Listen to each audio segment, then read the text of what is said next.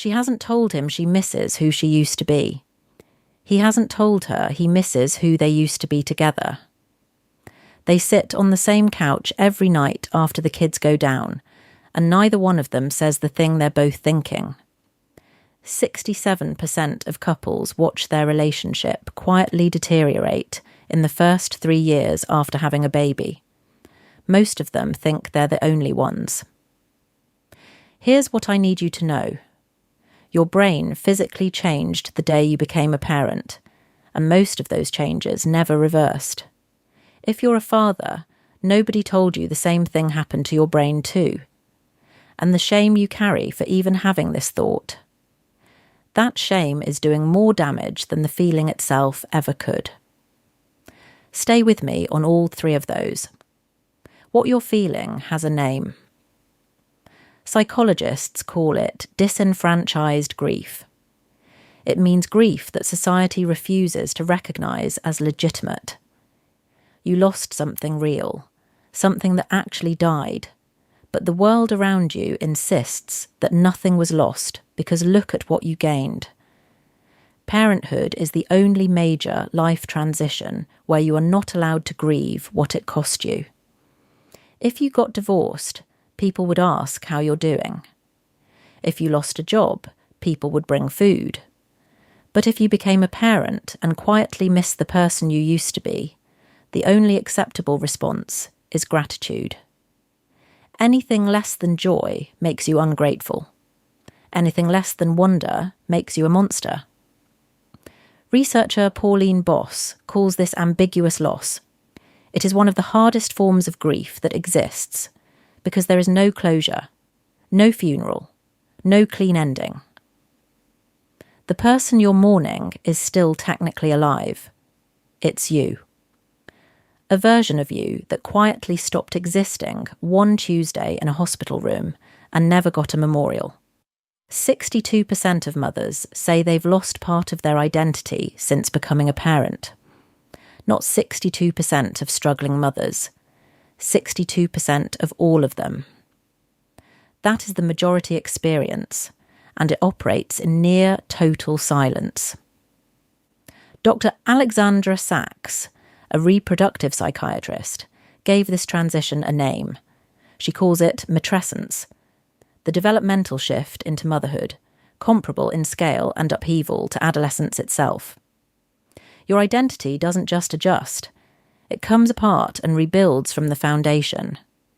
Except, unlike adolescence, nobody warns you it's coming, and nobody checks in while it's happening. And the neuroscience confirms every bit of it.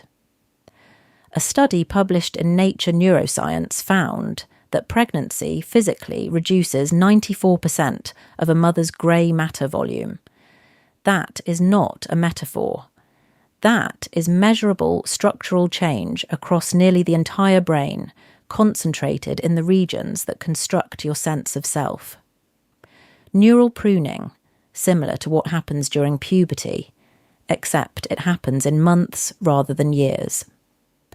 A follow-up study tracked these changes for 6 years after birth. Most of that grey matter never came back. The brain you had before your children is gone. Not temporarily, structurally. The person you miss doesn't exist anymore, and missing her is not a sign of weakness. It is an accurate reading of what happened to you. Now here's where it gets uncomfortable. Because everything I just described, most people assume it only applies to mothers. It doesn't. A study published in Cerebral Cortex found that first-time fathers show cortical volume reductions in the same social cognition regions. His brain shrinks too. Not from carrying a pregnancy, from caring, from bonding, from the sheer biological weight of showing up. And here's the finding that stopped me cold. The more a father emotionally bonded with his unborn child during pregnancy, the more grey matter he lost after birth. The men who leaned in the most, who wanted to be present the most, who took the leave and read the books and lay their hand on the belly at night, they lost the most of themselves in the process. Caring literally costs you pieces of who you were. His testosterone dropped by 26% in the morning and 34% in the evening. His hormones restructured entirely. Oxytocin surged. Prolactin climbed. Researchers at RWTH Aachen University found that his brain entered a rapid remodelling phase in the first 6 weeks of fatherhood that they described as dramatic. And the word for what happened to him, matrescence, barely exists outside of academic journals.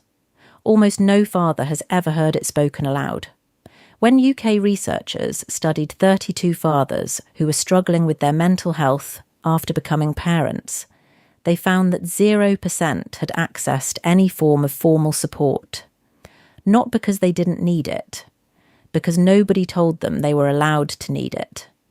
Nobody framed the exhaustion and identity confusion as a neurological event.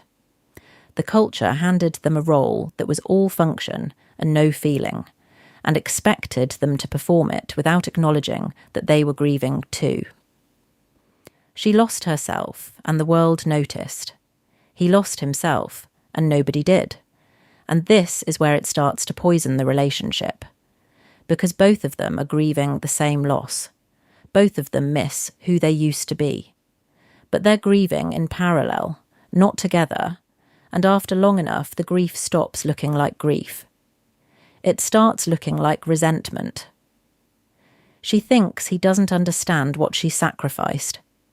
He thinks she can't see how hard he's trying. She resents that he can leave the house without packing a bag that weighs more than the child.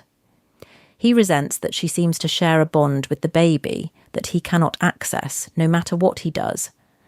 And underneath all of it, neither of them is saying the real thing, which is that they miss each other. Not just who they were individually, but who they were together. The couple that stayed up until 3 a.m, talking about nothing. The couple that had sex that wasn't penciled in around nap windows. The couple that could sit in a quiet room without the silence meaning something was wrong. Sometimes she scrolls through old photos on her phone, not of the kids, of them, at a restaurant, on a beach, standing in a kitchen that was clean. She puts the phone away before he can see, because she doesn't know how to explain that she is homesick for a life she is technically still living. 67% of couples experience a measurable decline in relationship satisfaction within 3 years of having a baby. That number comes from a meta-analysis of more than 200 studies. It holds across cultures. It holds even in Germany, one of the most family-supportive policy environments on the planet. This is not a systems failure. This is the cost of the transition, and it comes for nearly every couple who goes through it. Picture this. 9:30 on a Tuesday night. The kids are finally down. She's on the couch, not watching the screen, just existing in the first real silence she's had since 6 that morning. He walks in and asks what they're doing for dinner tomorrow, but the question barely registers as a question. It sounds like proof that she has become a logistics coordinator for a life that used to belong to her. He sees her face go still. He doesn't know what he did. He won't ask, because the last 3 times he asked, it turned into a fight neither of them could win. So he goes to the kitchen, makes a sandwich, eats it standing at the counter in the dark.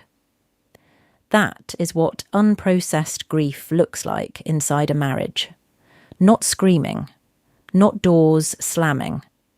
Just 2 people who miss themselves and miss each other and have no idea how to say any of it without everything coming apart. A 2026 longitudinal study found exactly why this silence is dangerous. Parental burnout and parenthood regret feed each other in a loop. Burnout deepens regret. Regret intensifies burnout. It is a self-reinforcing spiral, and burnout showed the strongest effect of any factor predicting regret, larger than personality, childhood history, or financial stress combined. That quiet distance between them on the couch is not neutral. It is fuel for the spiral. But the thing that changes everything, the part that almost nobody is prepared to hear, is where the real damage actually comes from. The feeling is not the problem. The silence is.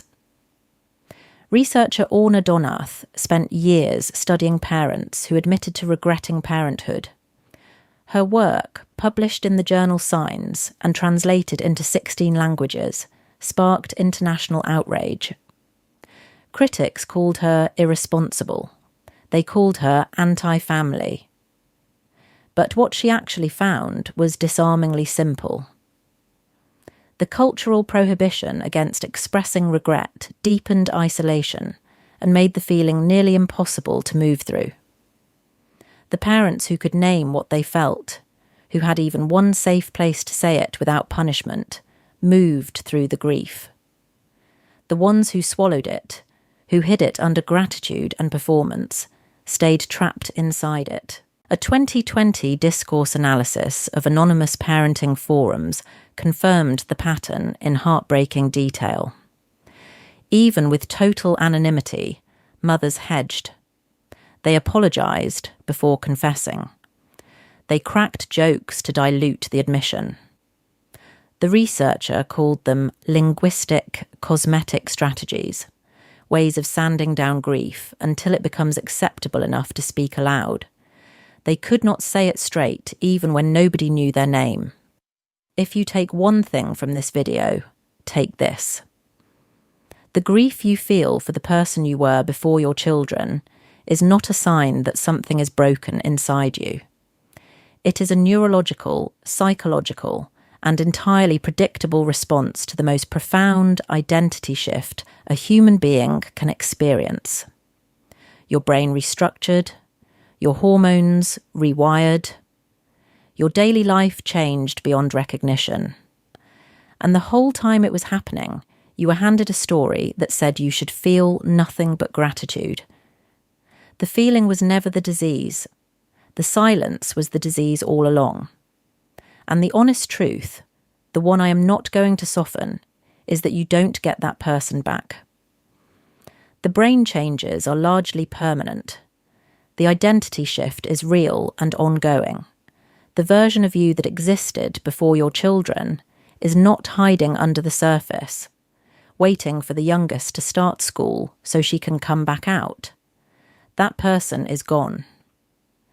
But you are building someone new, someone who carries everything the old you knew, plus everything these years have forced you to learn about patience, about endurance, about a kind of love that asks for nothing in return. That person deserves to exist without apology, and without pretending the cost wasn't real. You can love your children with everything you have and still grieve the life you had before them. Those two truths were never in opposition. The world just convinced you they were. So if you've been carrying this in the shower, in the car, in the 2 a.m. quiet, and you have never once said it to another living person, then let this be the place where you finally stop hiding it. Not to fix the feeling, just to let it breathe. And if there is someone sitting next to you on that couch carrying the same silent weight, maybe start there. Not with a solution, just with the admission. If this kind of honesty is what you need, subscribe. We say the quiet part out loud here every single week.